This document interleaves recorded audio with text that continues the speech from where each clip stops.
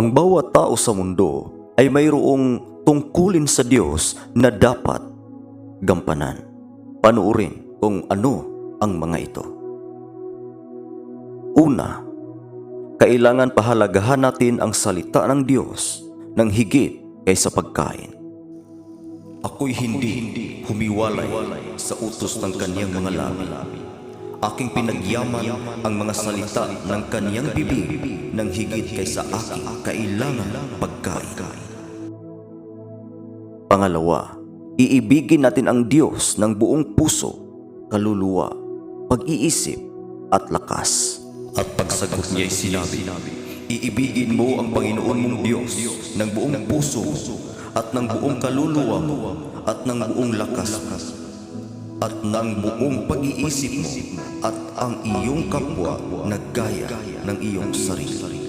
Ang mga utos na ito ay hindi lamang natin mababasa sa Bagong Tipan. Maging sa Lumang Tipan ay mababasa din natin. At iyong iibigin ang Panginoon mong Diyos ng iyong buong puso at ng iyong buong kaluluwa at ng iyong buong lakas.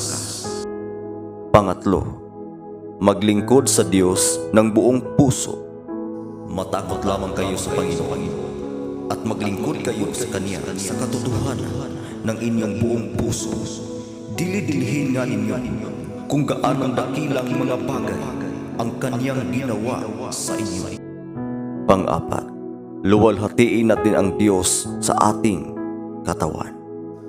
O hindi ba ganinyo nalalaman na ang inyong katawan ay templo ng Espiritu Santo na nasa inyo, na tinanggap ninyo sa Diyos, at hindi kayo sa inyong sarili, sapagkat kayo'y pinili sa halaga. Luwalhatiin nga ninyo ng inyong katawan ang Diyos.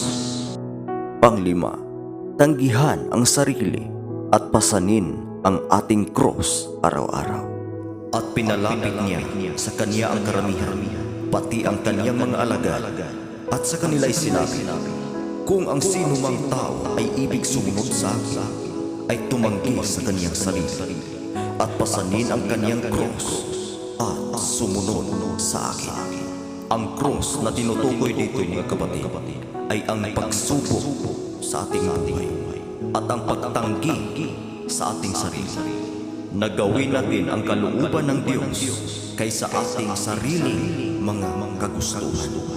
Iyan po ang cross na dapat nating pasanin araw-araw.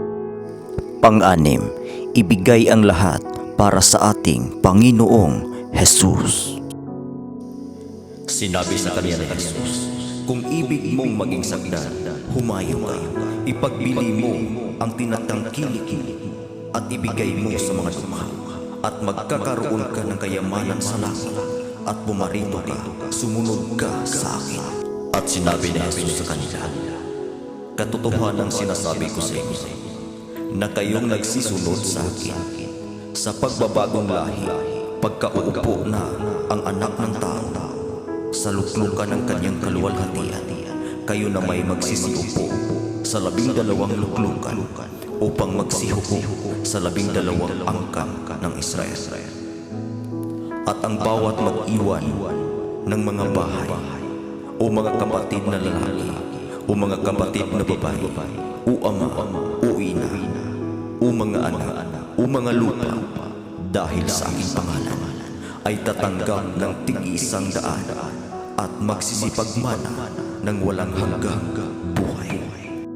Pang-7, gawin natin ang lahat sa ikaluluwalhati ng Diyos.